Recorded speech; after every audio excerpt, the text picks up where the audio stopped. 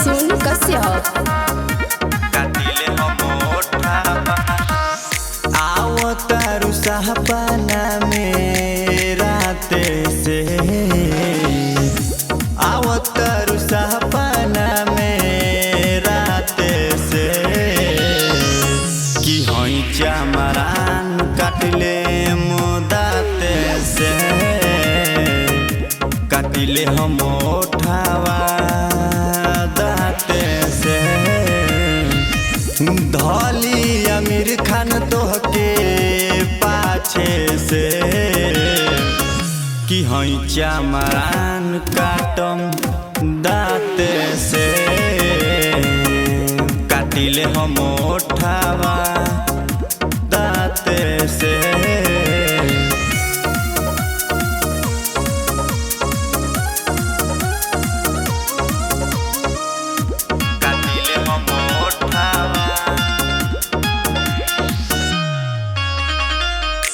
जहिया से देखनी भइल जियल मुश्किल हो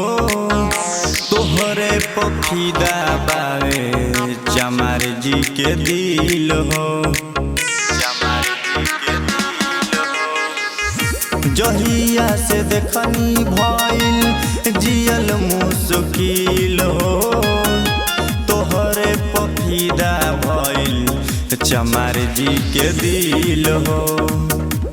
कर न माना हमके जाते से काटिले हम ओठावा दाते से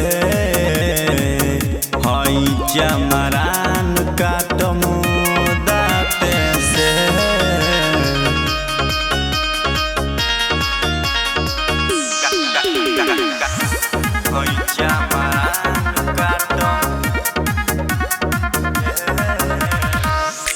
बनी जा तू रानी राखन